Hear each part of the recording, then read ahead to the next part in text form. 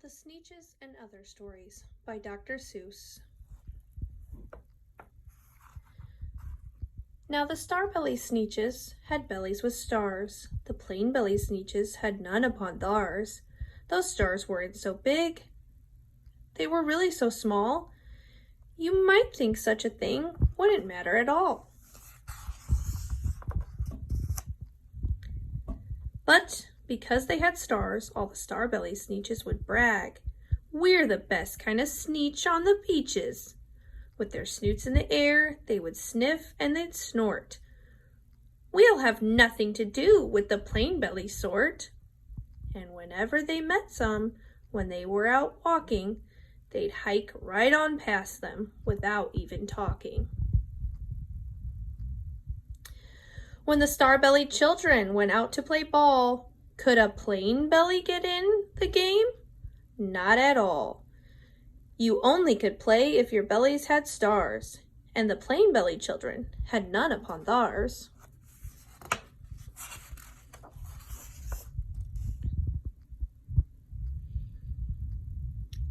When the star-belly Sneetches had Frankfurter roasts, or picnics, or parties, or marshmallow toasts, they never invited the plain-bellied Sneetches.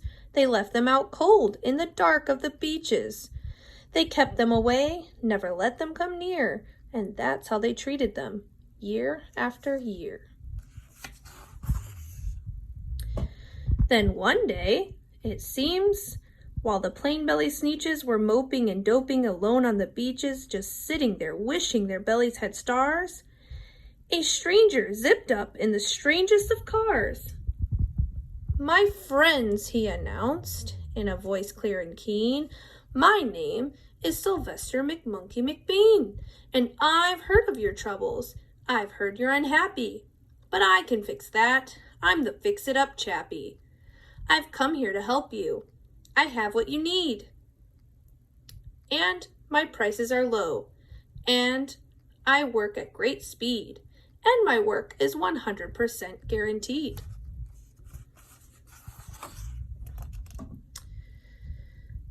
Then quickly, Sylvester McMonkey McBean put together a very peculiar machine.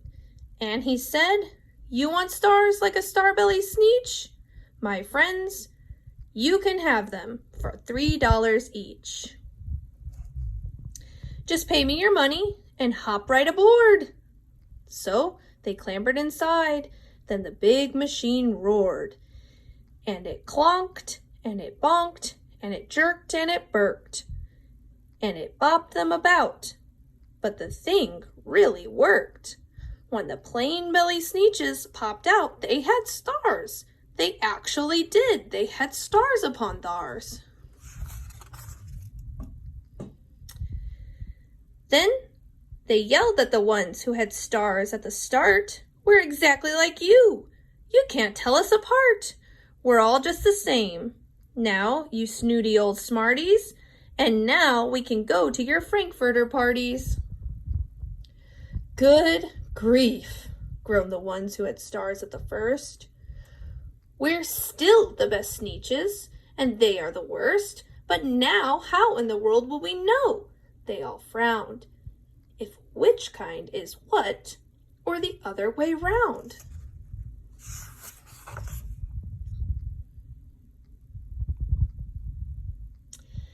Then up came McBean with a very sly wink, and he said, "Things are not quite as bad as you think. So you don't know who's who. That is perfectly true. But come with me, friends. Do you know what I'll do? I'll make you again the best Sneetches on the beaches, and all it will cost you is $10 eaches."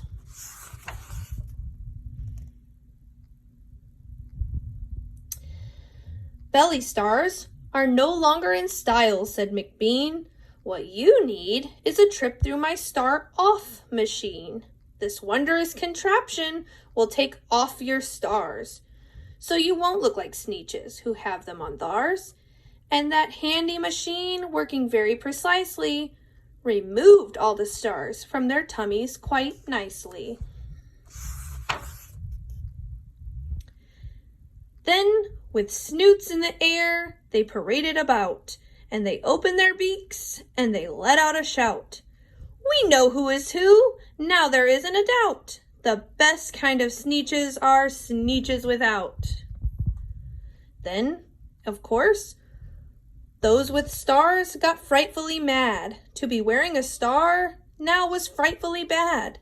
Then, of course, old Sylvester McMonkey McBean invited them into his star-off machine. Then, of course, from then on, as you probably guess, things really got into a horrible mess.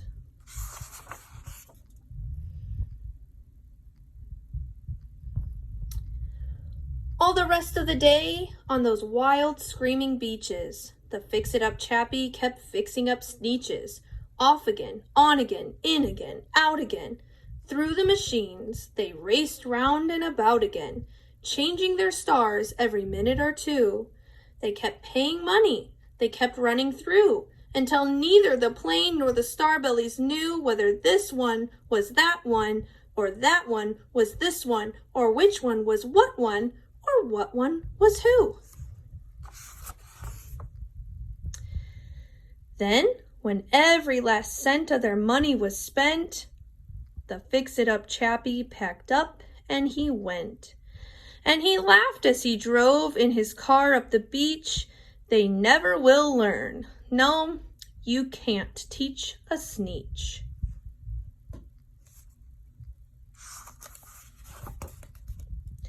But McBean was quite wrong. I'm quite happy to say that the Sneetches got really quite smart on that day.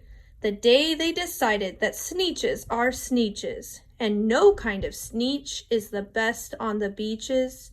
That day, all the Sneetches forgot about stars, and whether they had one or not upon theirs.